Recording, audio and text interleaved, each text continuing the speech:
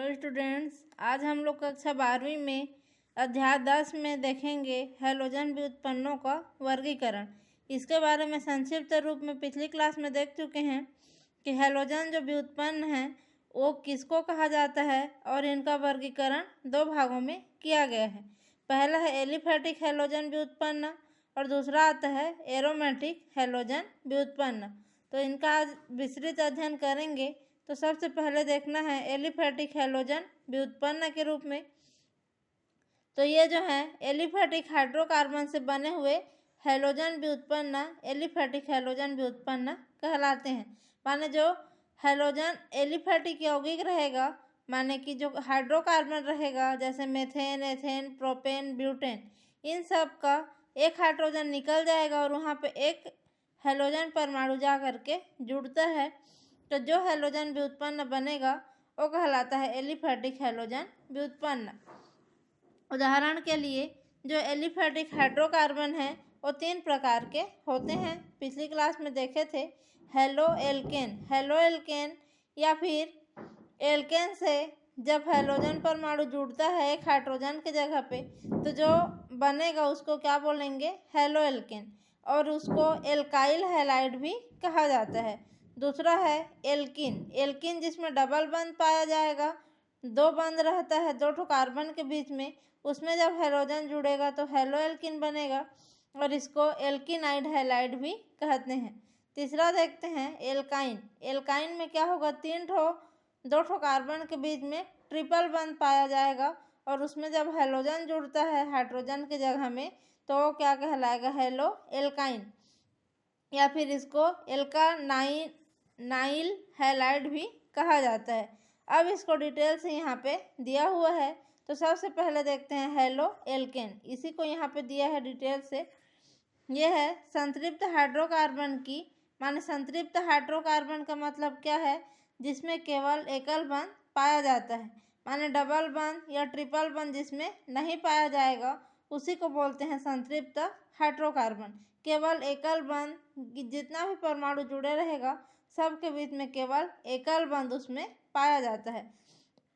तो जो संतृप्त हाइड्रोकार्बन की एक या एक से अधिक हाइड्रोजन परमाणु के हैलोजन परमाणुओं द्वारा प्रतिस्थापित होने से हेलो एल्केन बनता है। तो जो संतृप्त हाइड्रोकार्बन है उसमें का एक हाइड्रोजन अगर निकलेगा तो वहाँ पे 1 ठो हैलोजन परमाणु जा करके जुड़ेगा, 2 हाइड्रोजन निकलेगा तो 2 ठो हैलोजन परमाणु जुड़ेगा। इस प्रकार से जितना ठो हाइड्रोजन निकलता है बाहर उतने ही वहाँ पे हैलोजन परमाणु जा करके जुड़ जाते हैं, तो उसको बोलते हैं हेलो एल्केन। और यहाँ पे उपस्थित हैलोजन के आधार पर इन्हें फ्लोरो, क्लोरो, ब्रोमो, देखो जब फ्लोरीन जुड़ेगा तो क्या बोलेंगे, फ्लोरो, क्लोरीन जुड़ता है तो क्लोरो, और ब्रोमीन जुड़ता है तो ब्रोमो, और जब आयोडीन जुड़ता है तो आयोडो। इस प्रकार से इन सब यौगिकों में इनको बांटा जा सकता है। जब जो है 1 ठो हैलोजन जुड़ेगा तो उसको मोनो बोलेंगे, 2 ठो हैलोजन जुड़ेगा तो डाई, और 3 ठो हैलोजन जुड़ता है तो ट्राई। इस प्रकार से मोनो, डाई और ट्राई हैलो एल्केन में उनमें उपस्थित 1, 2 और 3 हैलोजन परमाणु के आधार पे उनको बांटा जाता है। यहाँ पे किसी एल्केन के एक हाइड्रोजन परमाणु के एक हैलोजन परमाणु द्वारा विस्थापन से प्राप्त जो यौगिक है क्या कहलाएंगे, मोनो हैलो एल्केन कहलाएंगे। यहाँ पे मोनो हैलो एल्केन का परिभाषा दिया है तो उसमें क्या आता है, 1 ठो जो हाइड्रोजन परमाणु रहेगा किसी एल्केन का वो बाहर निकलेगा और 1 ठो हैलोजन परमाणु उसमें जा कर के जुड़ेगा, तो उसको जो यौगिक मिलेगा उसको बोलेंगे मोनो हैलो एल्केन। और इसके लिए इनमें इसको एल्किल हैलाइड भी कहा जाता है। जैसे हैलोजन बोला जा रहा है यहाँ पे, तो हैलोजन का मतलब है एक्स। हैलोजन फैमिली पढ़े हैं हम लोग किसमें, 17 नंबर का वर्ग में आवर्त सारणी के पी ब्लॉक में। इसमें जो हैलोजन है इसके अंतर्गत फ्लोरीन, क्लोरीन, ब्रोमीन, आयोडीन और एस्टेटिन आते हैं। तो इन सब को ज़्यादातर क्रिया के रूप में देखा जाता है, एस्टेटिन नहीं जुड़ता है। तो यहाँ पे जो हैलोजन की जगह में क्या आ जाएगा, फ्लोरीन, क्लोरीन, ब्रोमीन और आयोडीन। इनका जो सामान्य सूत्र होता है वो क्या हो जाएगा, CnH2n+1x। ये किसका सूत्र होगा, हेलो एल्केन का सूत्र। और हेलो एल्केन में मोनो एल्केन, क्योंकि यहाँ पे एक ठो है तो ये क्या हो जाएगा, मोनो एल्केन। और यहाँ पे CnH2n+1 ये किसका सूत्र है, एल्किल ग्रुप का। तो एल्किल ग्रुप को R से भी प्रदर्शित करते हैं, तो इसलिए CnH2n+1 की जगह में R भी लिख सकते हैं या फिर इस सूत्र को भी लिख सकते हैं। और ये मोनो हेलो एल्केन का है, तो मोनो माने कि एक ही ठो हेलोजन है, इसलिए यहाँ पे एक ही ठो X लिखा हुआ है। अब इसमें यहाँ पे देखते हैं CnH2n+2 या फिर जो R है इसको क्या बोला जाता है, एल्किल मूलक। और X क्या है, यहाँ पे हेलोजन परमाणु को प्रदर्शित करता है। और X का मतलब ये सब हो सकता है, माने कि X की जगह हम फ्लोरीन भी हो सकता है, क्लोरीन भी हो सकता है, ब्रोमीन या फिर आयोडीन कुछ भी यहाँ पे रख सकते हैं। तो क्या कहलाएगा, मोनोहेलो एल्केन कहलाएगा। यहाँ पे आगे इसका उदाहरण दिया हुआ है कि ये कैसे बनता है करके। तो जो एल्केन है, एल्केन का सूत्र बताई थी मैं पिछले वीडियो में, CnH2n+2 ये है एल्केन का सूत्र। और संतृप्त हाइड्रोकार्बन का सूत्र भी है। तो इसमें जब क्या होता है, हेलोजन का एक अणु के रूप में रहता है, क्लोरीन गैस Cl2 के रूप में, ब्रोमीन Br2 के रूप में, और आयोडीन I2 के रूप में। तो जब ये क्रिया करता है तो क्या होता है, यहाँ का जो एक हाइड्रोजन यहाँ का और यहाँ का एक ठो X H बना करके बाहर निकल जाएंगे। तो इसमें कितना बचेगा, +2 हाइड्रोजन था तो एक हाइड्रोजन इसके साथ निकल गया H बना के, तो इसमें 2n+1 हाइड्रोजन बचेगा। तो यहाँ पे कितना बचा है, C तो सेम है Cn, फिर H2n+1 हाइड्रोजन बचा है। उसके बाद इसमें का जो एक हेलोजन है वह इसके हाइड्रोजन के साथ जुड़ के H बना करके बाहर निकला है, तो इसलिए ये क्या हो जाएगा, CnH2n+1X। तो यह एक हेलो एल्केन है या फिर इसी को एल्किल हैलाइड कहते हैं। और ये विस्थापन अभिक्रिया कहलाता है, क्योंकि इसमें का जो एक हाइड्रोजन है वो किसके द्वारा विस्थापित हुआ है, हेलोजन के द्वारा।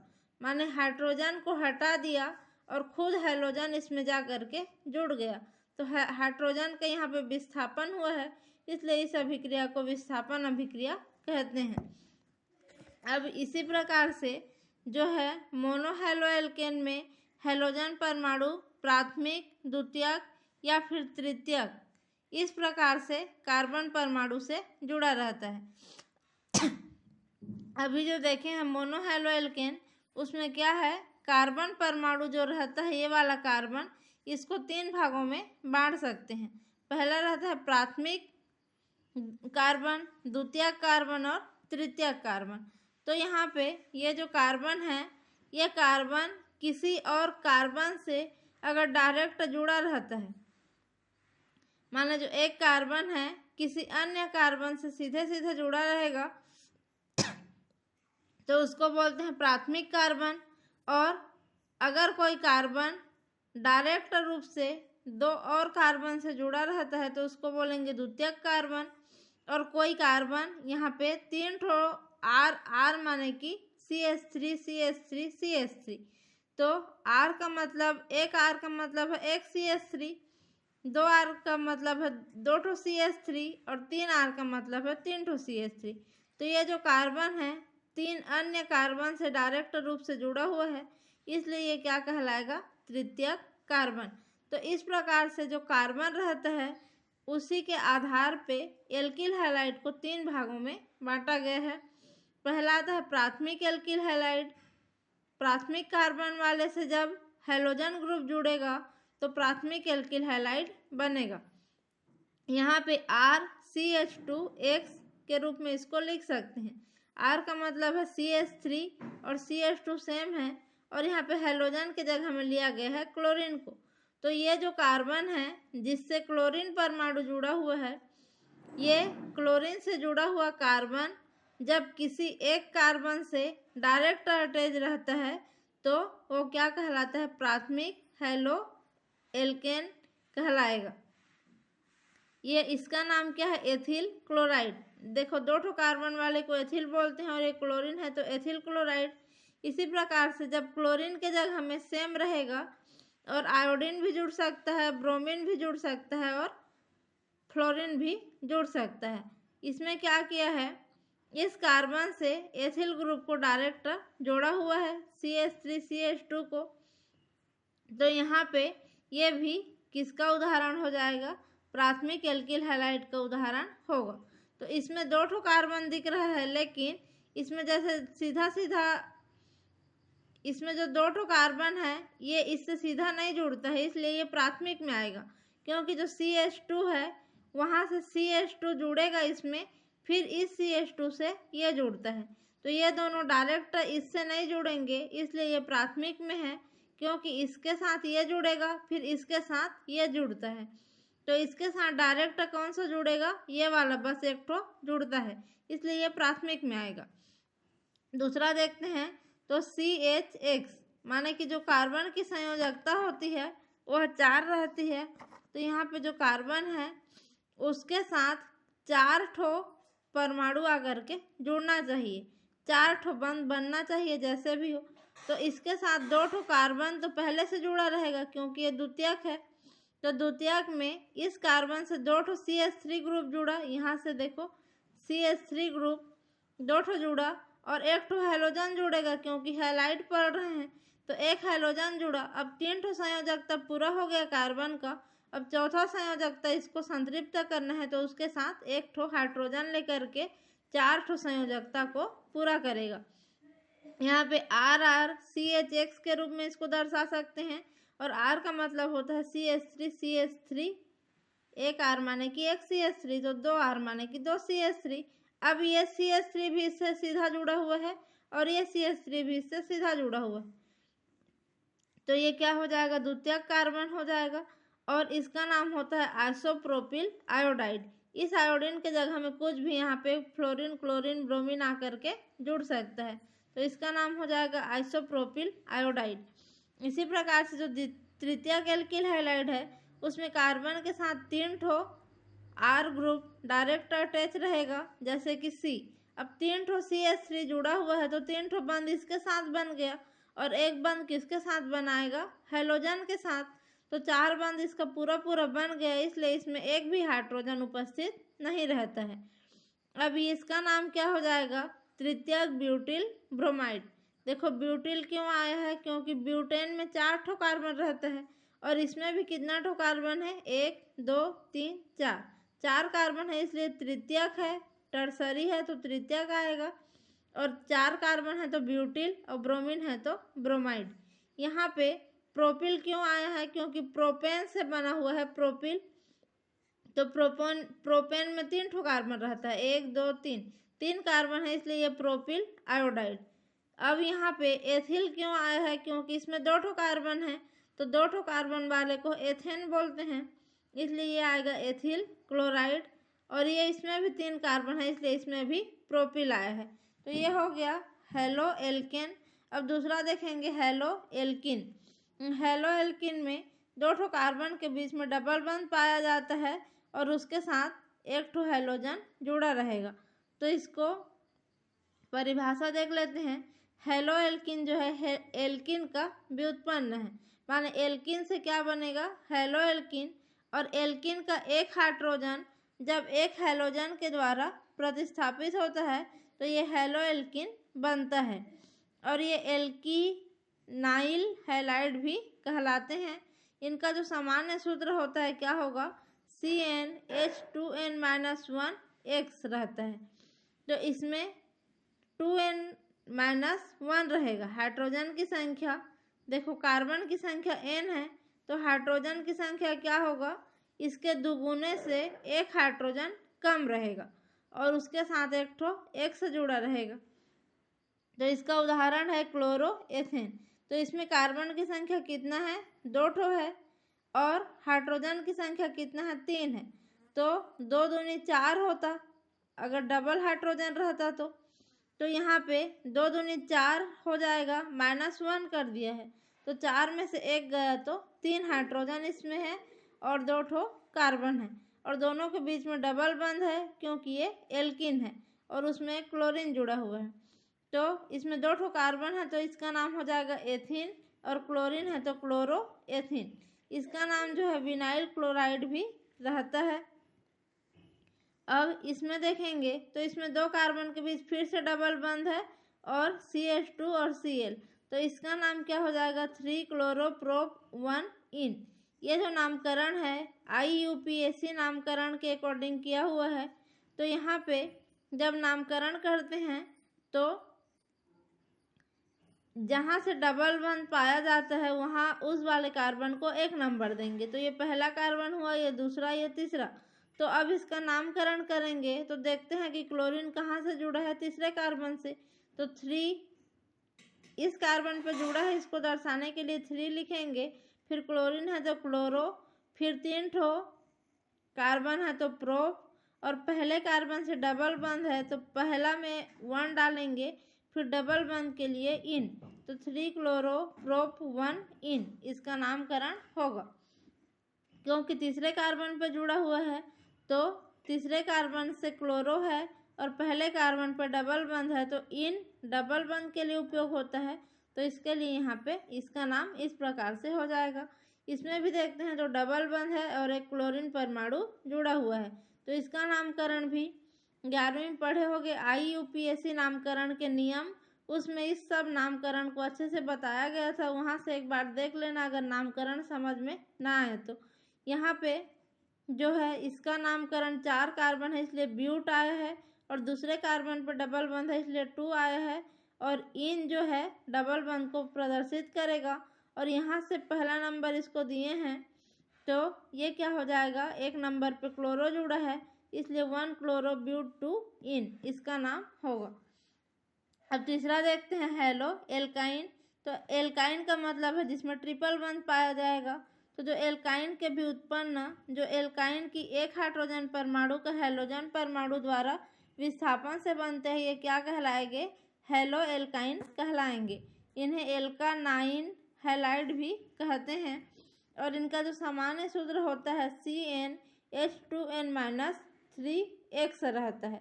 तो यहाँ पे जो कार्बन जितना रहेगा उसके 2 गुने से 3 हाइड्रोजन इसमें कम रहेगा, और उसके साथ एक ठो हैलाइड जुड़ा रहेगा। यहाँ पे देख लेते हैं उदाहरण, तो 1 2 3 कार्बन है तो यहाँ पे 3 हो गया कार्बन की संख्या। अब 3 दूनी 6 हाइड्रोजन होगा, 2 गुना करेंगे तो, अब -3 करेंगे तो 6 में से 3 जाएगा तो 3 हाइड्रोजन बचेगा। तो 1 2 3 हाइड्रोजन इसमें बचा हुआ है और 3 ठो कार्बन है। तो जितना कार्बन रहेगा उतना ही हाइड्रोजन इसमें रहता है एल्काइन में। और एक्स है तो एक्स की जगह कोई सा भी हैलाइड यहाँ पे आकर के जुड़ सकता है, और इसमें हमेशा ट्रिपल बंध पाया जाएगा। अब यहाँ से देखते हैं क्लोरो एसिटिलीन। तो इसका सूत्र क्या है, क्लोरो एसिटिलीन का CH ट्रिपल बॉन्ड CCl। तो इसमें देखते हैं कि कहाँ पर डबल बंध आएगा, कहाँ पर ट्रिपल बंध। तो जैसे कार्बन की संयोजकता टोटल 4 होना चाहिए, तो कार्बन से जब 3 ठो क्या जुड़ा हुआ है, इधर बंध जुड़ा हुआ है, तो एक बंध इसके साथ जुड़ा तो इसकी संयोजकता पूरी हो गई 4, इसलिए यहाँ पे हाइड्रोजन नहीं आएगा। इस कार्बन को देखेंगे तो 3 ठो बंध इधर जुड़ा हुआ है और एक बंध इधर हाइड्रोजन के साथ बन जाएगा, तो 3 और 1 हाइड्रोजन के साथ 4 बंध, इसका कंप्लीट हो गया, तो ये भी संतृप्त हुआ। इसमें देखेंगे तो जो ये कार्बन है 2 ठो बंध बनाया है, तीसरा बंध हाइड्रोजन के साथ बनाएगा, चौथा बंध क्लोरीन के साथ, तो इसकी संयोजकता भी 4 कंप्लीट हो गई। इस प्रकार से 4 संयोजकता पूरा करके कार्बन अपनी संयोजकता को पूरा करता है और 4 सहसंयोजक बंध बनाता है। तो ये हो गया किसका, एलिफैटिक हैलोजन व्युत्पन्न यहाँ पे कंप्लीट। अब दूसरा देखते हैं एरोमेटिक हैलोजन यौगिक। जो एरोमेटिक हैलोजन यौगिक है उसमें क्या रहता है, जब हैलोजन परमाणु एल्किल समूह के स्थान पर एरोमेटिक रिंग से जुड़ा हुआ रहता है। जो एरोमेटिक हैलोजन है इसमें क्या देखने को मिलेगा, हमेशा एरोमेटिक रिंग। तो जो है हैलोजन उसमें एल्किल से जुड़ता था पहले, तो इसमें क्या जुड़ेगा, एरोमेटिक रिंग के साथ जुड़ा रहेगा। तो इस प्रकार के जो यौगिक हैं उनको एरोमेटिक हैलोजन यौगिक या हैलोएरिन कहते हैं। यहाँ पे इसी प्रकार के जो यौगिक हैं उन्हें हैलोएरिन भी कहेंगे। इसी के बारे में अभी देखना है। तो जो हैलोएरिन है वो किससे बनते हैं? बेंजीन रिंग बताई थी मैं पिछली वीडियो में कि बेंजीन और इसका जो सजाती है माने बेंजीन के जाति के ही जो दूसरे यौगिक हैं उसी को बोलेंगे बेंजीन के सजातीय। तो बेंजीन और बेंजीन से बने हुए उसी के जाति के यौगिक एरोमेटिक यौगिक हैलोजन के साथ अभिक्रिया करके हैलोएरिन बनाएंगे। तो बेंजीन रिंग इसमें मेन है और उसी के समान बहुत सारे यौगिक देखने को मिलेंगे। तो इनका जब क्लासिफिकेशन करते हैं तो ये दो प्रकार का होता है। पहला है योगात्मक हैलोजन यौगिक और दूसरा हैलोजन प्रतिस्थापित यौगिक। तो जो योगात्मक यौगिक है उसमें क्या होगा? एरोमेटिक हाइड्रोकार्बन को सूर्य के प्रकाश में हैलोजन से सीधी क्रिया कराने पर यह योगात्मक हैलोजन यौगिक का निर्माण करेंगे। माने कि जो भी हैलोजन यौगिक है बेंजीन का सूत्र होता है C6H6। ये बेंजीन का सूत्र है। तो इसमें का हाइड्रोजन बाहर नहीं निकलता है बल्कि जो हैलोजन हम लोग इसके साथ क्रिया कराते हैं वो सीधे इसमें आकर के जुड़ जाता है और किसी भी चीज़ को यहाँ से बाहर नहीं निकालता है। तो ये क्या कहलाएगा? योगात्मक हैलोजन यौगिक। जो बेंजीन का सूत्र होता है C6H6 और बेंजीन एक एरोमेटिक रिंग है। तो इसमें जब 6 क्लोरीन का रिएक्शन कराते हैं माने कि 6 क्लोरीन परमाणु 3 क्लोरीन के अणु के रूप में 3Cl2 के रूप में क्रिया करेगा तो यहाँ पे बेंजीन के साथ आकर के डायरेक्ट जुड़ जाता है, इसलिए ये कहलाएगा योगात्मक यौगिक। तो C6H6 तो बेंजीन है, फिर Cl6 अभी इसमें आकर के जुड़ जाता है। इसी प्रकार से ब्रोमीन जब जुड़ता है तो भी योगात्मक यौगिक बनेगा। दूसरा देखते हैं हैलोजन प्रतिस्थापित यौगिक। तो प्रतिस्थापित यौगिक का मतलब है कि इसमें का जो भी यौगिक रहेगा एरोमेटिक हाइड्रोकार्बन के हाइड्रोजन परमाणु को उतनी ही संख्या में हैलोजन परमाणु द्वारा प्रतिस्थापित करने पर ये यौगिक बनेंगे। माने जितना हाइड्रोजन रहेगा उसको हटाएगा, एक हाइड्रोजन हटा करके एक हैलोजन जुड़ेगा, 2 हाइड्रोजन हटेगा तो 2 हैलोजन जुड़ेगा। इस प्रकार से जब हाइड्रोजन को हटा करके हैलोजन वहाँ पे जुड़ता है तो वह हैलोजन प्रतिस्थापित यौगिक कहलाएगा। ये 2 टाइप के होते हैं। पहला नाभिकीय हैलोजन प्रतिस्थापित यौगिक। अब इसमें देखते हैं कि ये जो यौगिक है सीधे बेंजीन रिंग के नाभिक से जुड़े हुए हाइड्रोजन परमाणु को हैलोजन द्वारा प्रतिस्थापित करते हैं। माने कि इन यौगिकों में जो हैलोजन परमाणु रहेगा सीधे सीधे बेंजीन के रिंग से जुड़ा हुआ रहता है। जो नाभिकीय हैलोजन प्रतिस्थापित यौगिक है ये वाला, इसमें क्या होगा? ये देखो ये है बेंजीन रिंग, ये बेंजीन रिंग है C6H6। यहाँ पे हाइड्रोजन रहता, अगर ये बेंजीन रहता तो इस हाइड्रोजन को हटा दिया है एक हैलोजन और आकर के जुड़ गया है। तो बेंजीन रिंग से डायरेक्ट जुड़ा ये वाला हैलोजन, इसलिए ये नाभिक से डायरेक्ट जुड़ा है। तो इसको क्या बोलेंगे? नाभिकीय प्रतिस्थापी हैलोजन यौगिक। अब इसी प्रकार से इसका सूत्र क्या होगा? C6H6 रहता है बेंजीन, तो H6 में से एक हाइड्रोजन बाहर निकला तो H5 हो जाएगा और हाइड्रोजन बाहर निकला तो क्लोरीन जुड़ा है तो C6H5Cl हो जाएगा। तो ये हो गया कंप्लीट।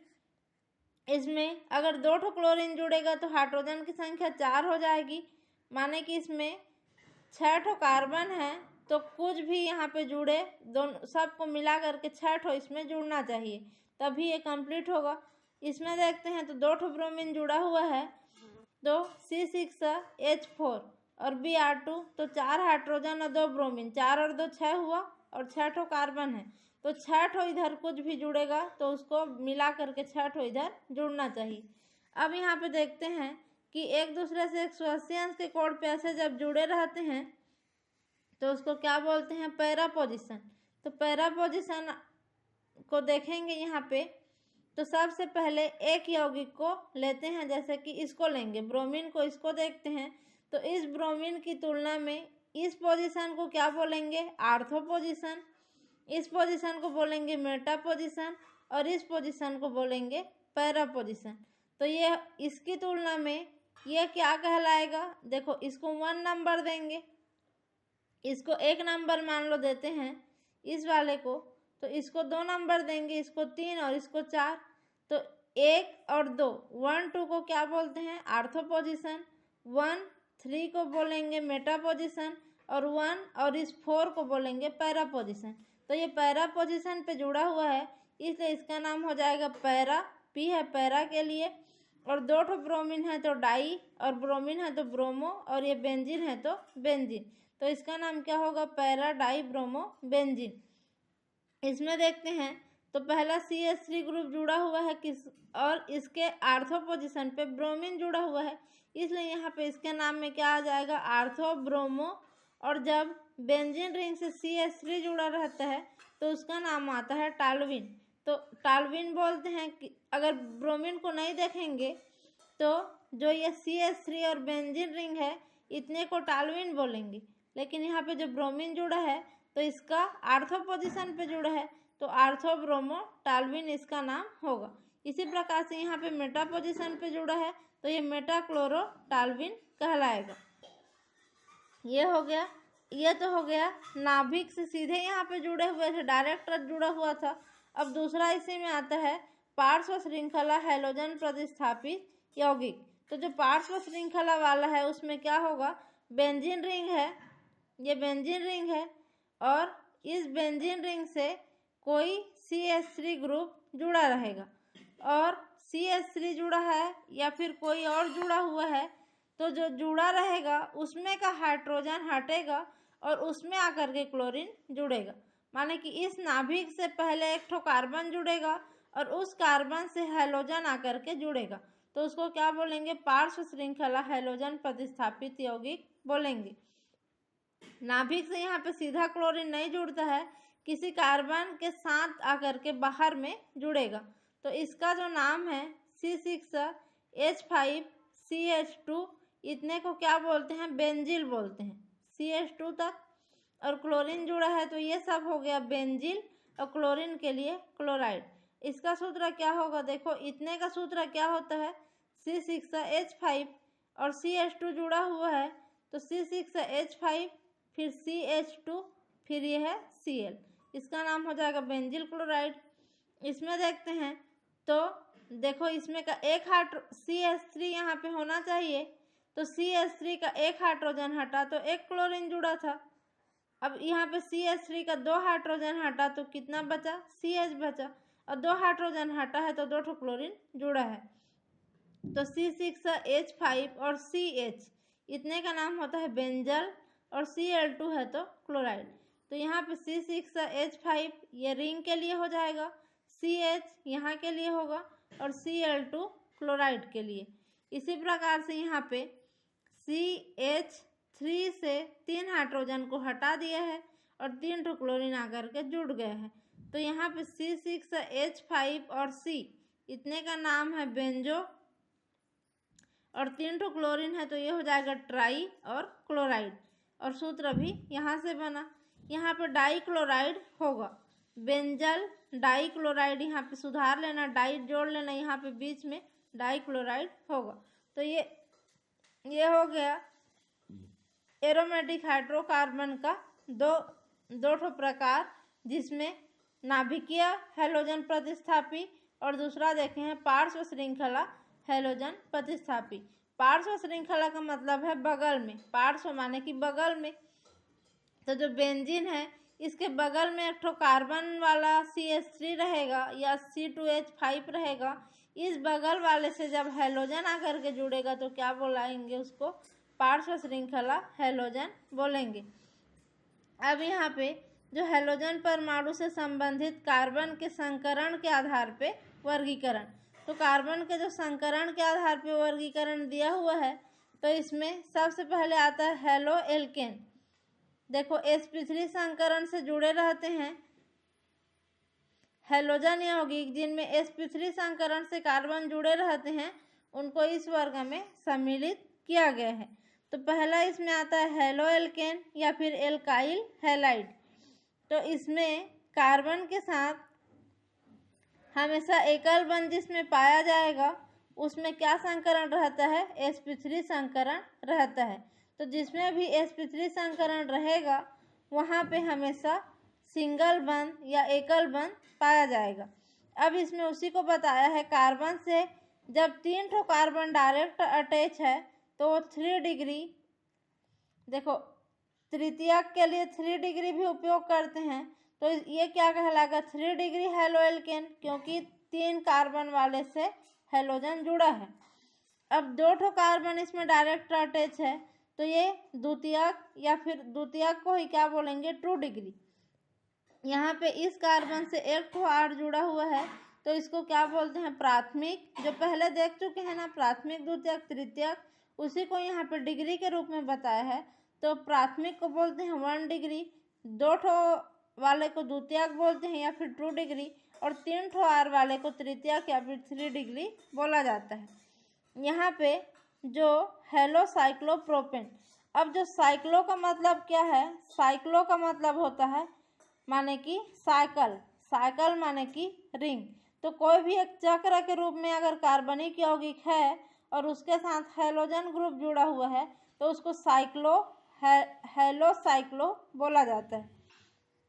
तो यहाँ पे देखो CH2, CH2 और CH, ये सब मिलाकर के एक ठो बंद वाला क्लोज रिंग या फिर साइकिल का निर्माण कर रहे हैं, इसलिए इसका नाम हो जाएगा, हेलोजन है तो हेलो, और साइकिल है तो साइक्लो, और 3 ठो कार्बन है तो प्रोपेन, हेलो साइक्लो प्रोपेन। इसी प्रकार से यहाँ एक ठो 4 सदस्य वाले कार्बन का एक ठो रिंग बना है, माने 4 ठो कार्बन मिलके एक ठो रिंग बना रहे हैं। तो यहाँ पे इसका नाम क्या हो जाएगा, 4 कार्बन वाले को ब्यूटेन बोलते हैं। तो हेलोजन है तो हेलो, और साइकिल है तो साइक्लो, और 4 ठो है तो ब्यूटेन। इस प्रकार से इसका नामकरण किया जाता है। और इन सभी में देखेंगे तो सब जगह एकल बंध ही दिख रहा है, एकल बंध सब जगह दिख रहा है, तो इसमें sp3 संकरण पाया जाएगा। अब इसमें देखते हैं दूसरा, जो एलाइलिक हैलाइड। एलाइलिक हैलाइड में क्या रहता है, इसमें एलाइलिक कार्बन अर्थात sp3 संकरित कार्बन जो कार्बन द्विबंध के बाद जुड़ा हुआ रहता है।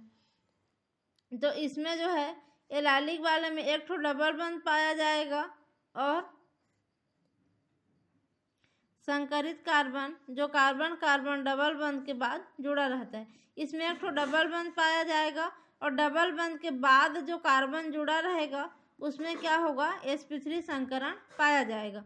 तो देखो ये डबल बंध है, इसके बाद ये कार्बन जुड़ा हुआ है, तो इस कार्बन के लिए देखेंगे तो इसमें केवल एकल बंध, यह जो कार्बन है केवल एकल बंध से जुड़ा है, तो इससे जुड़ा हुआ जो कार्बन है sp3 कार्बन, ये sp3 कार्बन होगा और ये sp2 कार्बन होगा, क्योंकि जिसमें डबल बंध पाया जाता है उसमें sp2 संकरण रहता है, और जिसमें एकल बंध पाया जाता है उसमें sp3 संकरण रहता है। तो इन दोनों में sp2 संकरण हो जाएगा और इसमें क्या हो जाएगा, sp3 संकरण होगा। इसमें का इन दोनों में जो डबल बंध से जुड़ा है उसमें sp2 संकरण होगा, और इससे जुड़ा हुआ जो अगला कार्बन है उसमें sp3 संकरण होगा। तो इस प्रकार का जो कार्बन है उसको एलाइलिक हैलाइड बोलते हैं, माने कि डबल बंध से जुड़ा हुआ sp3 कार्बन जब हेलोजन से जुड़ेगा तो एलाइलिक हैलाइड कहलाएगा। इसी प्रकार से जो बेंजाइलिक हैलाइड में क्या होता है, इसमें हेलोजन परमाणु एरोमेटिक रिंग से जुड़े हुए sp3 संकरित कार्बन के साथ जुड़ा रहता है, माने जो एरोमेटिक रिंग से जुड़ा हुआ है कार्बन, यह कार्बन sp3 संकरण वाला होगा, और इससे जुड़ा हुआ जब हेलोजन है तो उसको बोलेंगे बेंजाइलिक हैलाइड। माने कि पहला तो बेंजाइलिक माने कि बेंजीन रिंग रहेगा, उसके बाद sp3 संकरण वाला कार्बन रहेगा, उसके बाद हेलोजन रहेगा। तो बेंजीन रिंग है, फिर sp3 संकरण वाला कार्बन है, फिर हेलोजन है। तो इस प्रकार का जो रहता है हैलाइड उसको बेंजाइलिक हैलाइड बोला जाता है। इसमें भी पहले बेंजीन रिंग है, फिर इस रिंग में ये वाला जो कार्बन है sp3 कार्बन है, फिर हेलोजन है, तो इसका नाम भी हो जाएगा बेंजाइलिक हैलाइड। इसमें भी क्या है, बेंजीन रिंग है, फिर sp3 कार्बन है, फिर उससे हेलोजन जुड़ा हुआ है। अब अगला देखते हैं विनाइलिक हैलाइड।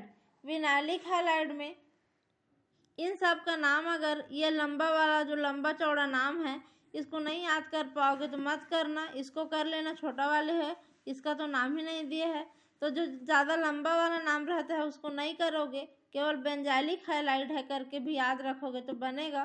क्योंकि छोटा छोटा जो नाम है उसको याद रखने की कोशिश करना, सिंपल वाले को। इस प्रकार से जो कॉम्प्लिकेटेड दिखेगा उसको अभी मत याद करना, आगे जब इसके बारे में और डिटेल से पढ़ते जाओगे तो अपने आप याद होते जाएगा। यहाँ पे अगला देखते हैं विनाइलिक हैलाइड। विनाइलिक हैलाइड में क्या होता है, वह यौगिक जिसमें हैलोजन परमाणु कार्बन कार्बन डबल बंध की sp2 संकरित कार्बन से जुड़ा हुआ रहता है। देखो विनाइलिक में क्या होगा, दो ठो कार्बन है, दोनों के बीच डबल बंध है। डबल बंध है इसका मतलब क्या हुआ, इस कार्बन पे भी sp2 संकरण है और इस कार्बन पे भी sp2 संकरण है, तो दोनों कार्बन में sp2 संकरण है। तो sp2 संकरित कार्बन से डायरेक्ट जब हैलोजन परमाणु जुड़ा रहता है तो उसको विनाइलिक हैलाइड बोला जाता है। विनाइल क्लोराइड पढ़े थे ना इससे पहले, अभी पढ़े हैं तुरंत, इसमें पेज पलट के देखना आप लोग कि विनाइल हैलाइड जो है इसमें विनाइल क्लोराइड आता है, एक की जगह जब Cl आ जाएगा तो यही क्या बन जाएगा, विनाइल क्लोराइड। तो जब sp2 संकरण वाले कार्बन से जब हैलोजन परमाणु जुड़ा रहता है तो उसी को बोला जाता है विनाइल हैलाइड। इसमें भी देखो डबल बंड वाले कार्बन से, माने कि जिसमें द्वि बंध है कार्बन पे sp2 संकरण है, इसी से डायरेक्ट H यहाँ पे डायरेक्ट जुड़ा है, तो ये भी क्या हो जाएगा, विनाइल। और ये साइक्लो क्यों बोले हैं, क्योंकि यहाँ भी साइकिल दिख रहा है, 6 मेंबर, 6 ठो कार्बन यहाँ पे, एक कोना माने कि एक कार्बन, दो कोना दो कार्बन, तो 6 ठो कार्बन वाला यहाँ पे रिंग है, इसलिए इसको साइक्लो। और 6 ठो कार्बन है तो हेक्सेन माने कि 6 कार्बन, तो साइक्लो हेक्सेन। और 1 पहले पोजीशन पर डबल बंध है तो 1, और इन है तो इन। इसमें भी देखना है कि क्लोरोएथाइन, इसमें जो है ट्रिपल बंध वाले कार्बन से जुड़ा हुआ है, तो इसको क्या बोलेंगे, जिसमें ट्रिपल बंध पाया जाता है उस कार्बन पे sp संकरण रहता है, और जिसमें डबल बंध रहता है उसमें sp2 रहता है, और जिसमें सिंगल बंध रहता है उसमें sp3 संकरण। तो यहाँ पे sp संकरण वाले कार्बन से डायरेक्ट जुड़ा हुआ है, इसमें भी sp3 संकरण वाले से डायरेक्ट जुड़ा हुआ है। तो ये हो गया किसके आधार पे, संकरण के आधार पे वर्गीकरण। अब एक ठो बचा हुआ है एरिल हैलाइड। एरिल हैलाइड में क्या होता है, हैलोजन परमाणु एरोमेटिक रिंग के कार्बन से सीधे जुड़े हुए रहते हैं और हैलो एरिन या एरिल हैलाइड कहलाते हैं। माने कि ये जो नाभिकीय प्रतिस्थापित देखे थे ना उसी टाइप का है। नाभिकीय प्रतिस्थापी में बेंजीन रिंग के साथ डायरेक्ट जुड़ा रहता था हैलोजन परमाणु, उसी प्रकार से जब बेंजीन रिंग के साथ डायरेक्ट जुड़ा रहेगा तो उसको क्या बोलेंगे, एरिल हैलाइड। और ये हेलोबेंजीन इसका उदाहरण है। माने कि ये जो है ना, ये बेंजीन रिंग से डायरेक्ट जुड़ा है, यहाँ पे एक सा रहता तो इसको क्या बोलते हैं, हेलोबेंजीन। अगर क्लोरीन है तो बोल रहे हैं क्लोरोबेंजीन, और एक से रहता तो हेलोबेंजीन। यही जो यौगिक है किसका उदाहरण है, यहाँ पे एरिल हैलाइड का। तो इस प्रकार से अभी तक के लिए बस यहीं तक देखते हैं, फिर इसकी अगली क्लास में हम लोग क्या पढ़ेंगे, नामकरण के बारे में।